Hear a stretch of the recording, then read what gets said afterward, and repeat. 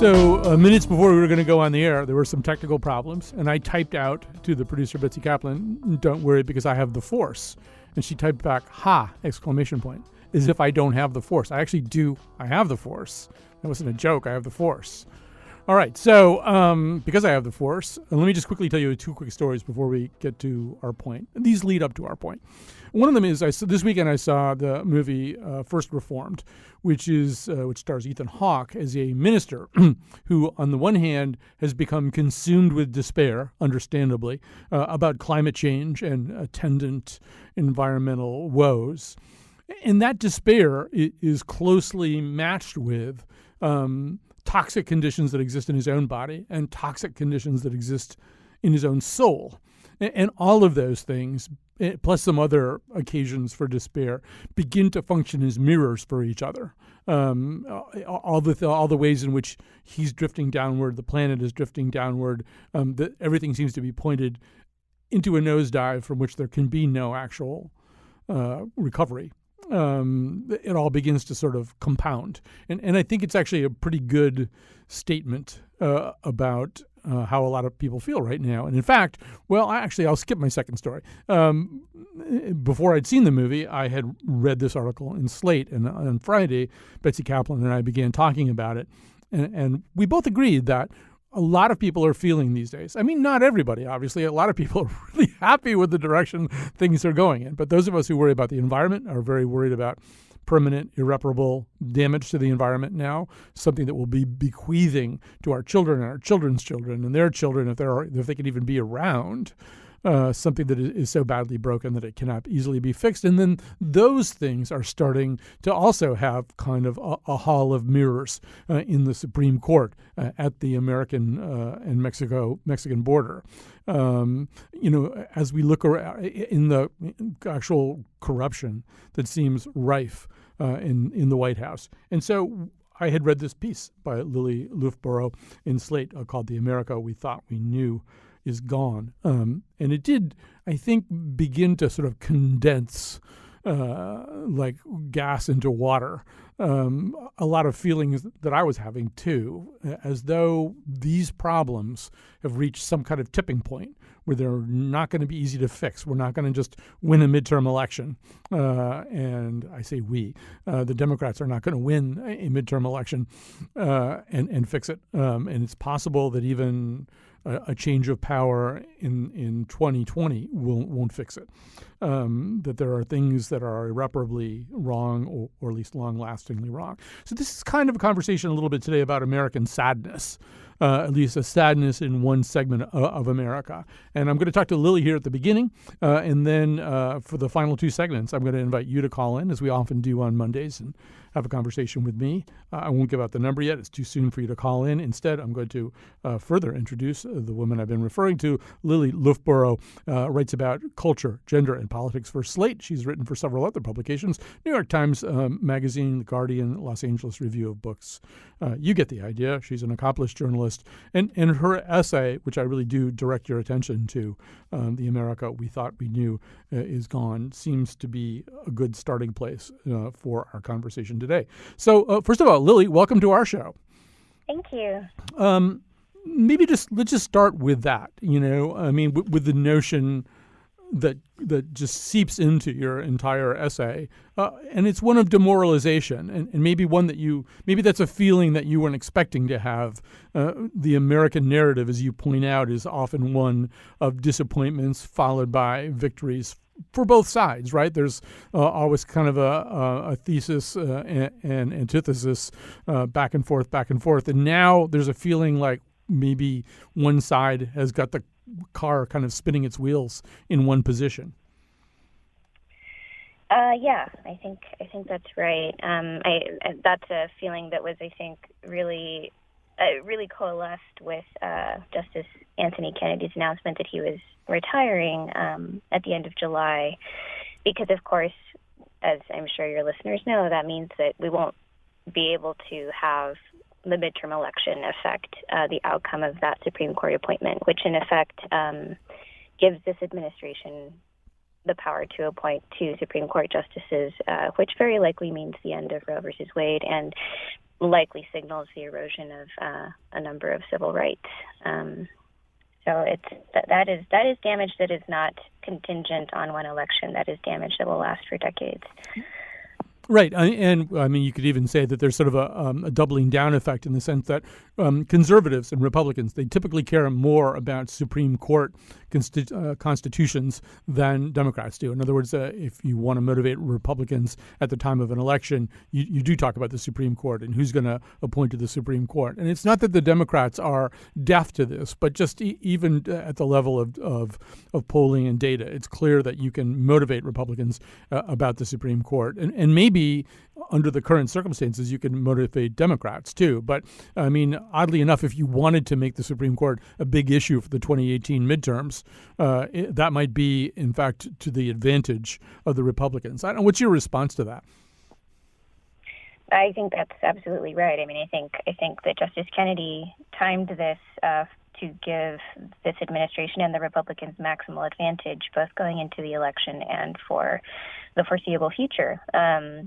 So that is certainly a distressing development, and one that I think tarnishes a legacy that had at least some signs of neutrality. And it would be one thing if we could trust that these appointments would actually take into account the view of the majority of America.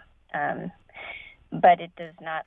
This is a minority elected president, and abortion, for example, Roe versus Wade, is an issue that the vast majority of Americans support. They support the right of a woman to have an abortion, but that's not going to factor in to these the decisions over whom Trump appoints. It doesn't look like anyway, and there's little reason to expect that to turn out any differently. I think, one point that you make in your article is one that I've been feeling acutely for a long time. It kind of goes back to the notion of the Overton window. In political science, there's this notion of the Overton window, which is the circumference of things that can be acceptably discussed and said. There are things that we are capable of debating each side of, and there are even maybe some closely held truths about which there is very little debate. And then there's like a whole bunch of things that you just kind of don't say. There really can't be a debate about those. Although we started to feel in 2015 and 2016 is that Overton window was expanding in a very unhealthy way. And things were being said. Well, you say in your essay, for example, this was already an unhealthy country in many ways, but at least lies were still resented. Now they're celebrated. I'm also going to play back to you a clip that's very familiar to you. This is Donald Trump at a MAGA rally last week. I hate it. I meet these people. They call them the elite. These people. I look at them, I say, that's elite? We got more money, we got more brains, we got better houses, apartments, we got nicer boats, we're smarter than they are. And they say, the elite, we're the elite, you're the elite. We're the elite. So I said the other day, let's keep calling these people, and look, let's face it, they've been stone cold losers, the elite, the elite. So let's let them keep calling themselves the elite. But we're going to call ourselves, and remember, you work harder, but you are indeed smarter than them. Let's call ourselves from now on the super elite. We're the super elite. All right. For those of you listening unfamiliar with that clip, it might even be kind of hard to follow because of the way that he uses language. But he uses that term, the elite, which is ordinarily, particularly in the last election cycle, kind of a damning term applied to Democrats living on either coast. They're the elite. And he kind of twists it around and says that he actually resents them being called the elite. The elite, even though that's not usually used in a particularly complimentary way, but he still resents them being called the elite. And then he says we have more money, we're smarter, we have bigger boats, all this kind of stuff. And then he arrogates the term super elite to describe himself and his supporters. Lily, I think this does kind of fit into that whole rubric of stuff you would never expect to hear a politician say in the pursuit of leadership of a democracy. Right. Well, yeah. I mean, so you're absolutely right. The elite label is something that Fox News cultivated as a kind of pejorative for Democrats and everyone else on the left. And even though it has no basis in reality, really, like it includes journalists who make $40,000 a year and are buried in student loans. It includes, restaurant workers and adjunct professors who make $3,000 per course. But they use it because it inverts the terms of class warfare, and it makes like the prosperous and safe and comfortable feel that they are the victims. And I think that that's what, I think that there are a lot of ways in which Trump's election has been narrated as a quote working class uprising, and that is not my view of it at all. I mean, a lot of studies have shown that in fact voters for Clinton were lower income. But this does feel like a sharpening of what has been called a revolt of the rich. Trump, who's never really quite mastered dog whistles, he just kind of says the thing. Yeah. He hates that they're not calling him the elite, but he's right. He is the elite, and so are his cronies. This is not really a partisan issue. In fact, I mean, as the conservative Wall Street Journal reported today, he's taxing the free press with a newsprint tariff. I mean, Trump's motives are not subtle, and neither are his actions. He called journalists the enemy of the people and enclosed them in pens at his rallies and ran away from them on video when they asked him if he had some words of comfort to offer after the recent shooting that cost 5 journalists their lives, and now he's taxing them. So the problem with that, what I really see is that there's just the rich have become, I don't know. In 2012, there was a really interesting article in the American Conservative, I hasten to add, by a Republican U.S. congressional aide called Revolt of the Rich, where he says that the super rich have achieved escape velocity from the gravitational pull of the very society they rule over. They have seceded from America. And he goes on to say, what I mean by secession is a withdrawal into enclaves, an internal immigration, whereby the rich disconnect themselves from the civic life of the nation and from any concern about its well-being except as a place to extract loot. And I think that quote that you played really registers that intention and what that vision is of what civic life is and what America is for. You write, I am sad above all because the damage being done now no longer feels like it can be stemmed, let alone reversed, with a single election. This will last decades. The downturns my generation has already weathered, the 2008 crisis that hinged on obscure derivatives traded by a privileged few, robbing wealth from millions, were only the beginning. Education is now a luxury. Pensions barely exist. Healthcare is under threat. Retirement is, to those my age, a cruel joke. We've been waiting for recovery, for relief, for some semblance of an American dream we can access. Let me just ask you this. Sometimes when we say something, when we get it down on paper or on a computer screen or say it out loud, we feel better. Are you as sad now as you were when you wrote this? I vacillate quite a bit between. There is a real anger that I think is perhaps coming. I'm not over the sadness yet, but I think sadness turns into other things. The more that I think about this, and I'm 63, and I sort of wonder what I'll see in what remains of my time as an American. And I do find myself thinking, I mean, reading your articles, and there have been other articles with similar themes and tones, a lot of them kind of clustered around the present moment. There's something about that Kennedy resignation and just some of the other stuff that was going on right around it that made people, I think this way. But I also find myself wondering about the future and whether, in fact, what we're really going to see is the end of the older paradigms. I mean, I've lived through like all kinds of stuff, like the late 60s, where you really felt as though America was in a kind of tumult, a kind of chaos where people could get hurt, and it wasn't really a particularly safe country for quite a while. And I've seen America, as you say, occasionally fail or frequently fail to achieve its ideals or to live out its core principles. But you always could identify that as a failure or an inability to be everything that we say we want to be.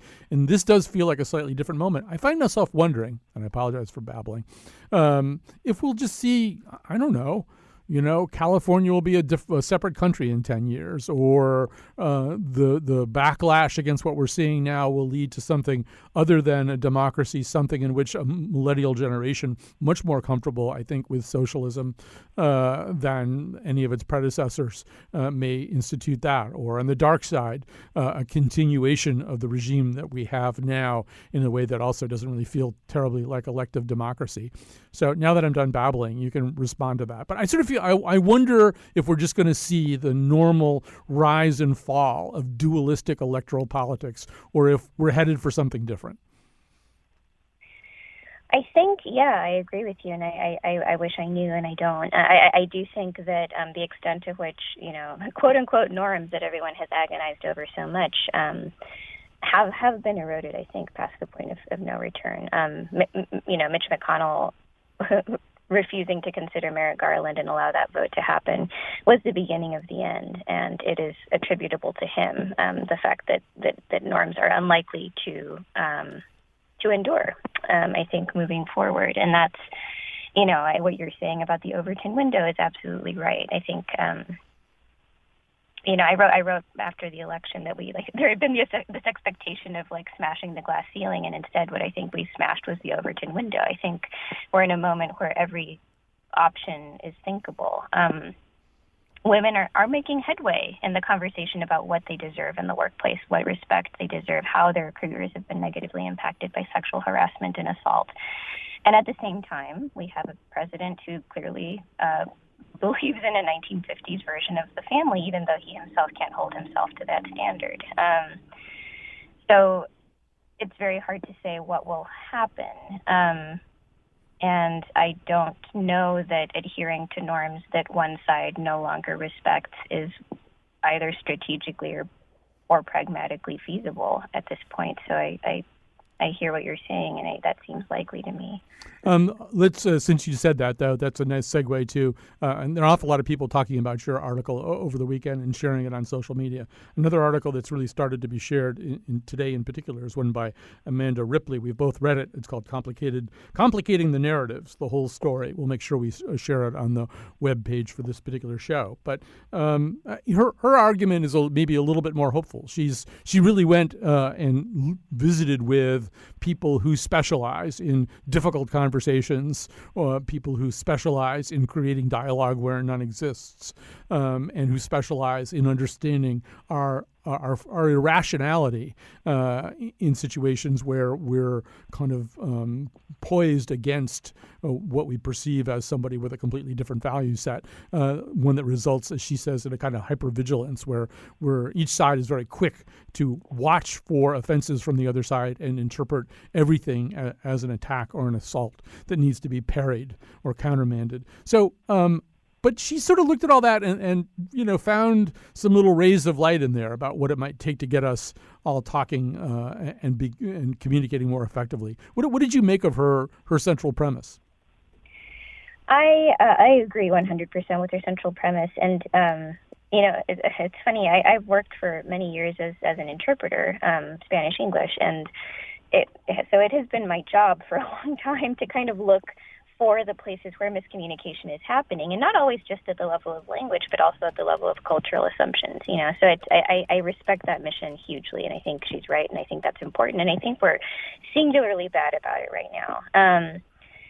I will say that my current read signals my own failure to translate. I was raised very conservative, and so I'm not unfamiliar with a lot of the worldviews that I think shape, much of what Trump supporters believe. And I think what alarms me is that I'm failing to find common ground, even with assumptions that I thought that I was raised sharing as a conservative child. Mm-hmm. So that to me has been very destabilizing. But I am hopeful that she's right, and I'm hopeful that some people will be reachable. I don't think that the administration is, and my concern is that we are really approaching kind of oligarchic status between Citizens United, which allows kind of the uninterrupted flow of corporate money to govern elections. the influence of the people on a one-on-one basis has been eroded so systematically and so successfully that I am not sure whether that stranglehold can be broken. I sincerely hope that it can. All right. Well, on that semi-uplifting note, we're going to end this segment and thank Lily Loofborough, who writes about culture, gender, and politics for Slate. You should read her article, The America We Thought We Knew Is Gone. When we come back, I'm going to invite you to call in. In fact, you can do it right now, 860-275-7266 if you have a reaction to what you've just heard, 860-275-7266.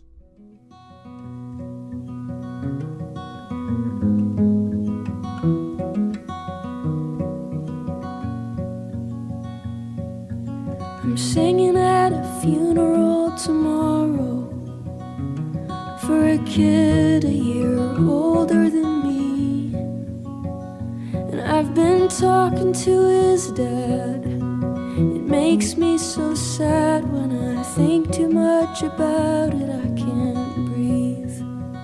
And I have this dream where I'm screaming underwater.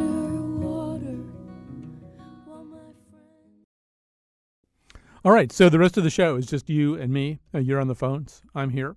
Our number is 860-275-7266. Some people are already calling in. I'm just going to talk a little bit just so you'll have some time to call up and get on the board. A couple of things. So I have a 28-year-old son.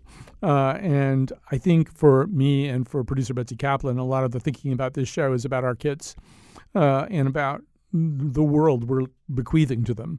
In this movie, first reformed at one point, the character played by Ethan Hawke, this minister, takes down whatever was on that sort of, lettered press board thing that's outside churches that says what the sermon is or what the next big event is or something like that. And he replaces it with, "Will God forgive us?" And there do seem to be so many things wrong right now. Some of them are politically wrong. Some of them are environmentally wrong.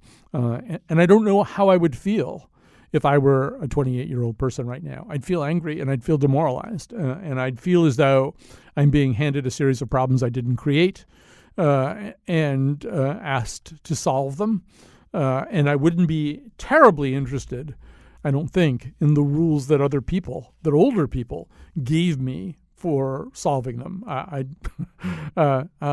think I would be probably about as outraged as any currently outraged millennial. So that's a lot of sort of the incentive for this show, I think, is that we feel this way. We feel really terrible about the state of things. Both are potentially, and I guess when I say the state of things, on the one hand, yes, climate change and the environment. And then on the other hand, the potentially broken state of our democracy. And I do feel as though, and this point was, I thought, really ably made on the Slate Political Gabfest last week with Emily Bazelon, John Dickinson, and David Plotz, where one of the things that they were saying is that you have a president who has arrived into office with an unprecedentedly expansive notion of executive power. And you combine that with what Plotz called a supine leadership in Congress. I mean, ultimately, the Republicans in Congress, yes, there's a McCain there and a Lindsey Graham there and a Jeff Flake once in a while. But by and large, the Republicans in Congress, rather than differentiating themselves from Trump's expansive ideas about his own power and extreme views about the course America should chart, the Republican majority in Congress has pretty much laid down alongside him on this. So you've got those two things. And then you add the fact that he will now appoint his second Supreme Court justice, and a court, and Dickinson and Plotz, I think, well, like all three of them made this point, but a court that was formerly perceived. The Supreme Court actually usually does pretty well in approval rating polls because even though it's had a very conservative tilt in the John Roberts era, it's seen as a counterweight for extremism on both sides. But one senses that if Donald Trump does what we think he will do, which is to appoint the kind of Supreme Court justice he has consistently said that he would appoint, someone who will track far to the right of Kennedy, we're going to have a third branch of government that in a way is calcified into a state of conservatism that it hasn't previously had. So you really do have, and I think it was John Dickinson who used this phrase, just this expression of power and unity that very few presidents, perhaps no precedence. Maybe you could go back to FDR, but a sense of power and unity connected to, once again, this very expansive and unprecedented notion of his own presidential power, and very few checks on that. Very few ways in which anybody could call him to account or say, no, this isn't really the way things are. So, when I say people are sad, demoralized, worried, fearful, that's, at least in the political sense, that's kind of what I'm talking about. Here's Brandon in Branford. Hi, Brandon, you're on the air. Hi, Colin. Thanks for taking my call. Sure. I wanted to ask about what you were just talking about with the Supreme Court. I am really worried, too, about all these rulings, especially about the unions. I'm going to be a teacher starting in September. But when it comes to Roe v. Wade, I want to know what your opinion is. I don't know if I see John Roberts specifically voting to get rid of Roe v. Wade. I don't know if he's said things in the past, but just based on his rulings on some other cases like the ACA rulings late in the past few years, I don't know if I see him doing that. I want to know what your opinion is. I wish we had, first of all, Brandon, thank you very much for your call, and good luck with your new career. I wish we had somebody like Emily Bazelon, who's an occasional guest on this show, with us right now. She would be a much better parser of the somewhat sphinx-like countenance of John Roberts than I could ever be. I mean, Roberts seems to have a whole bunch of different, somewhat competing allegiances. One of those allegiances is to his own legacy. And I don't think that he would like the notion that he presided over an extremist court. So that would sort of argue in the direction that Brandon is going. That you look at Roberts, and when it has become necessary, I think he is. I mean, he might become the new William Kennedy of his own court, rather than have a court that was really known, as I say, for an extremist point of view. We'll see. Because there are obviously an awful lot of other things in John. I mean, he wasn't appointed to be that person back in the day. And ideologically, he's not, I don't think, really a centrist. I think he tracks more to the right. But, the other thing is Supreme Court justices change over time. Harry Blackmun, ultimately one of the most liberal Supreme Court justices ever, was a Nixon appointee. David Souter was appointed by Bush 41. So you never entirely know what any Supreme Court justice. For all we know, 5-6 years from now, Neil Gorsuch could be moving in a more centrist direction. I kind of doubt that, but you can't control for it all that well. And John Roberts might be the guy who moves a little bit. I mean, because he likes balance, I think, and maybe that's sort of what Brandon's referring to. All right, let's go to Mary in Hampton. Our number, by the way, 860-275-7266. Mary, welcome to the conversation. Hi, Colin. Thank you for taking my call. Sure. I'm very concerned about the Supreme Court, along with so many other things that are happening in the country. But it seems to me that one of the things that comes to mind is that when I was a student in high school years and years ago, we were taught that in civics class, I don't think they teach civics very much anymore in schools, we were taught that the three branches of government were meant to check and balance with one another. And in this country, and with the way the Supreme Court is likely to go, we won't have that check and balance. And Roe versus Wade is definitely of concern, but the larger concern is if we can recuperate as a country to a kind of stable, balanced position. We are totally flowing or floating out of control. The other comment that I have that I'd like to make is about the super elite.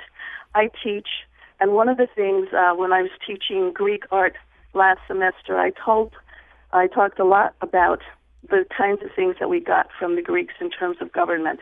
And oligarchy is a term that comes up during the Greek Republic. And that's what we have now, the super elite, a very, very small group of people who seem to be running the country, is an oligarchy. We don't have a democracy. We have an oligarchy. And that's not unlike Putin's Russia at the moment. So these are things that concern me. And more importantly, I'm a Black American. I grew up, despite all the injustices that I've seen over the years directed at people of color, I've always maintained or hoped or believed somehow in the overall system of government of the United States and in the Constitution. And today, I feel that is kind of a fraudulent document. Only those aspects, the Second Amendment, that certain people want to uphold, those are the ones that are upheld, and everything else seems to be being flushed down a toilet of some sort. I'm not as hopeful as you are. I think the wild card in all of this is the planet. The planet Earth cannot sustain the kind of injustices that we're applying to it. All right. Well, Mary, thanks so much for your phone call. Yeah, well, I'm hopeful most days, although I will say that one of the reasons we're doing this show in this way right now is I'm a little less hopeful now. I mean, for me, it wasn't even so much the Kennedy resignation or retirement, but kind of an accumulation of stuff. And I mean, I've been worried and depressed all along throughout 2015 and 2016. And to me, you used the term, Mary, oligarchy. Another term that gets thrown around is kleptocracy. A notion in which the notion of a state in which stealing is a virtue, or if not a virtue, a tool to be effectively deployed. One of the things that has shocked me about this government is its rampant corruption. Whether we're talking about Pruitt or Wilbur Ross or Jared Kushner or the president himself, who to this day, I mean, we have no idea where he gets money from. He won't disclose his tax returns. It is clear that he's on the payroll of foreign powers. Just the fact that I did grow up in a society that would push back against stuff like that. And like all those people, they still have their jobs, they're still basically in place. And it just doesn't seem to matter what comes out about them. And that worries me. It worries me that we don't have that. All right, here's Tony in Watertown. Hi, Tony, you're on the air. Oh, Tony went away. Okay, too bad. Be patient. I'll get to all of you, I swear. All right, so let's try. And by the way, we do love to have a women call in. Our number 860-275-7266. I see Monica from Wethersfield. By the way, I have to say, we have our intern, Xandra Ellen, is screening calls today, and she is amazing at that. I've put her to the test on a previous Monday, and she's up to it. So anyway, you're in good hands when you call 860-275-7266. Here's Monica from Wethersfield. Hi, you're on the air. Hi, Colin. I just want to give a little perspective of someone who came to this country 20 years ago. I'm American citizen right now, and I just feel like this is not America that I came to. I don't feel what's going on right now in this country is not, I don't feel the freedom and, what the America was, a few years ago and what everybody wanted to live in. And what's going on right now with the situation and President Trump, I'm really scared. I have little children also. I have a girl, and I'm really uneasy right now with the way the things are going. And, maybe most of the people who are born in this country, they don't realize, they don't know history too much. They don't know what the countries like Russia and, communistic countries are doing, what the governments are like. And maybe they don't realize what can happen here in this country with the way that Trump is just running the country right now. Right. First of all, Monica, thank you so much for your call, even though it chills my heart to hear what you say and to agree with what you say. Thank you for making that call. Yeah, I went back and I read something that I wrote in 2007 when I was really upset with the way the Bush administration had gravitated into the open use of torture and into holding people without charges in cells in places like Guantanamo and to the practice of rendition. where people were captured and sent to black sites where they could be tortured and God knows what else. And all those things seem like such incredible departures. Not that I believed in a stainless America. I understand about the School of the Americas in Fort Benning, Georgia, where Latin American death squads and Latin American military were brought up here to learn some of those techniques from us. I get that we're not virgins, but even so, in 2007, I felt like, wow, I wrote this piece called "The American Glow" that I kind of remembered from my childhood, and thought that it was really gone. But the argument then was, there was a post 9/11 argument about Al Qaeda and related groups, and the central argument of the Bush-Cheney-Rumsfeld group was, we're fighting monsters. So we have to act like monsters. It's okay just for now if we act like monsters because we're fighting monsters. I didn't happen to believe that, but that was their argument. I think Monica's point, these days, we're talking about people we're not fighting monsters. We have people who are running away from monsters, people who are fleeing monsters in Honduras, El Salvador, Guatemala. Sometimes those monsters are something that we had some connection to making, and they're running away from those monsters, and we're acting like monsters towards them. That's the shift that I'm seeing now. It's no longer necessary to make the argument, we're fighting monsters, so we have to be monsters. Now we're fighting the helpless. And still, we're going to be monsters.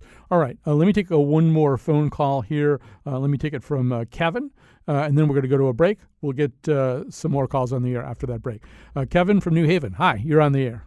Hey, Colin, it's good to talk to you. Thanks for calling.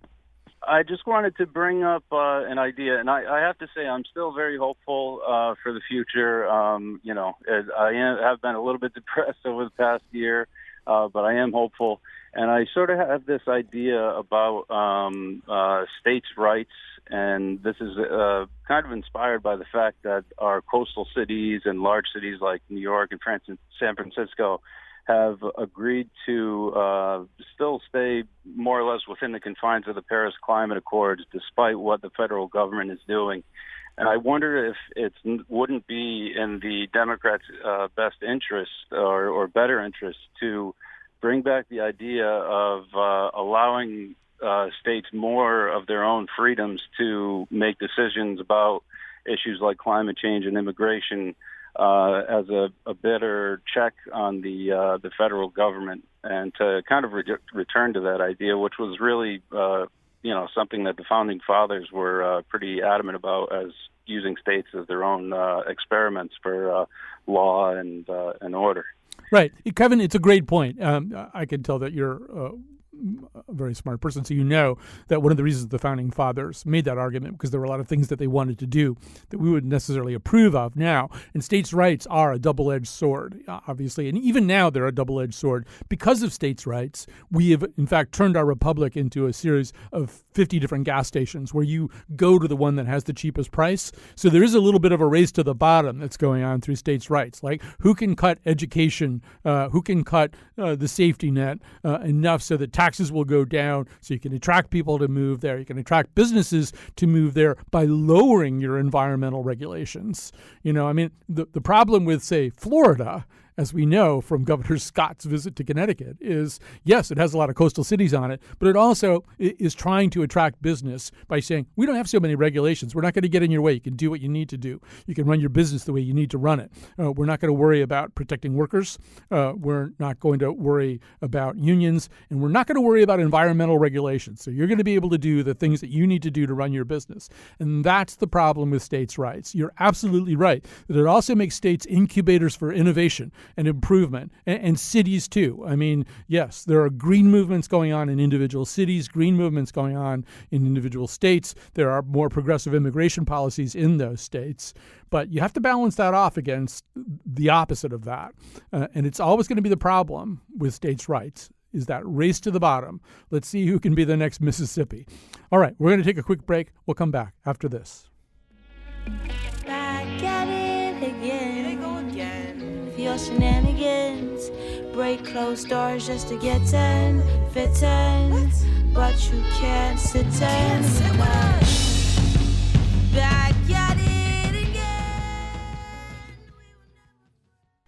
All right, the producer, I should say, usually Kyone Wolf does the thank yous at this point. She's off today. So the producer of this show is Betsy Kaplan. On the board, taking the place of Kyone Wolf, is Jonathan McPants. Zandra Ellen, I've already mentioned her. She's our excellent intern. She's screening the calls today. And that's a hard job to do on a day when we're so reliant on calls. And let's see, that's like everybody I have to thank today. I don't know, anybody else contributed in some major way?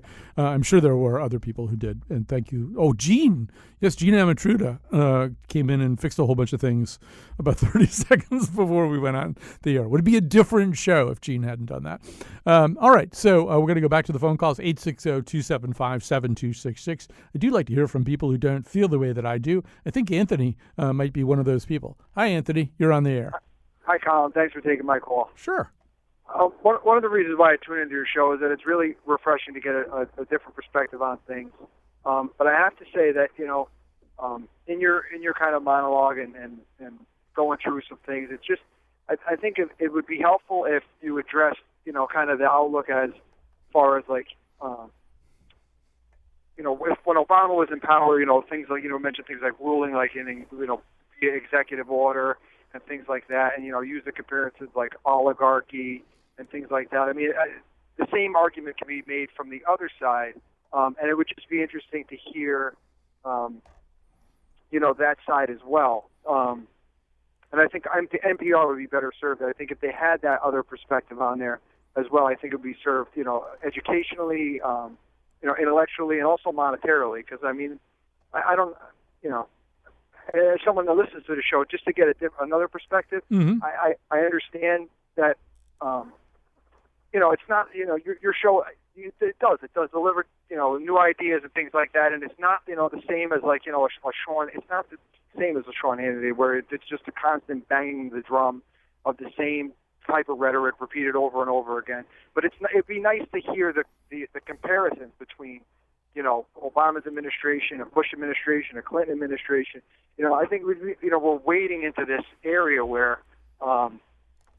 we should start to develop that kind of dialogue, as opposed to, we're the constant mantra of we're living in dangerous times and this is a very depressing time and things like that. So the education, I think, can help people wake up from that kind of malaise if they're feeling that way, and I think it may help them to see things in a different perspective. Does that kind of make sense? Yeah, no, I think you're making a lot of sense. And first of all, that's one reason I brought up this article, and I really encourage people, including you, Anthony, I think you'd like it, to read this piece by Amanda Ripley. It's called Complicating the Narratives, the Whole Story, by Amanda Ripley. Complicating the Narratives, the Whole Story. And we'll post it up on our website at WNPR/Colin. And making very similar points to what you're saying. And, Anthony, I do agree with you that in the Obama administration, I always say that Obama was kind of like Macbeth. With Macbeth, there's always this question about, was he always that person, or did circumstances conspire to make him a person he never intended to be? And at a certain point, when I saw President Obama near the end of his term, I thought, wow,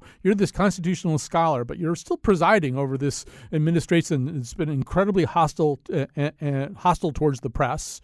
An unprecedented number of prosecutions of the press in the name of squelching leaks, presiding over extrajudicial executions, drone strikes, stuff like that, not able to close Guantanamo, and I would look at Obama and I would think, I bet you that's not who you thought you were, but that's who you are right now. And in terms of even that oligarchy, yeah, I would say that even though I think he took over a sinking ship in 2009 and righted it, he did it in a way that was focused on financial institutions as opposed to delivering a greater amount of direct relief to people. I think there's a very big difference between the vision of, say, a Bernie Sanders and the vision of President Obama. I've got a lot of respect for President Obama, and Lord knows he seems like an incredibly class act compared to what I see now. He knew how to treat people. He knew how to talk to people. But that doesn't mean he was mistake-free. That doesn't mean he was pure.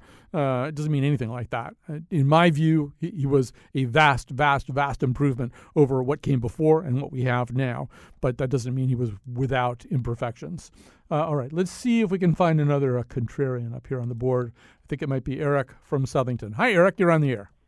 Good afternoon, Colin, and thanks for taking my call. Sure. First, a couple of things. You and I are not that far apart in age, and I'm a 56-year-old African-American, and I can say unequivocally that I'd much rather live in 2018 than in 1968 or 1958. Oh, yeah, you bet. That's a no-brainer. Mm-hmm. Second, I think those of like-minded people, including myself, we fell into complacency back in 2009. We thought that Obama was elected and everything was going to be hunky-dory. And what happened was we thought that the president was the only lever of government that mattered.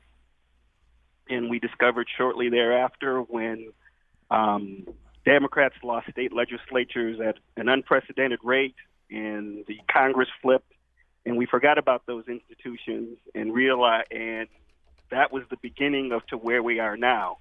I think it behooves all of us, particularly millennials, to understand that the president is not the be-all and end-all of government, and thinking that one man is going to be the savior, regardless of what side of the aisle you're on, is a recipe for trouble if you don't buttress the other institutions, state legislatures, Congress, local and municipal governments. We've set ourselves up for failure. And the complacency that we had even in 2016 led us to where we are now. If democracy and what we believe in is worth having, then we have to maintain a constant vigilance, and that's something that I think we've all forgotten.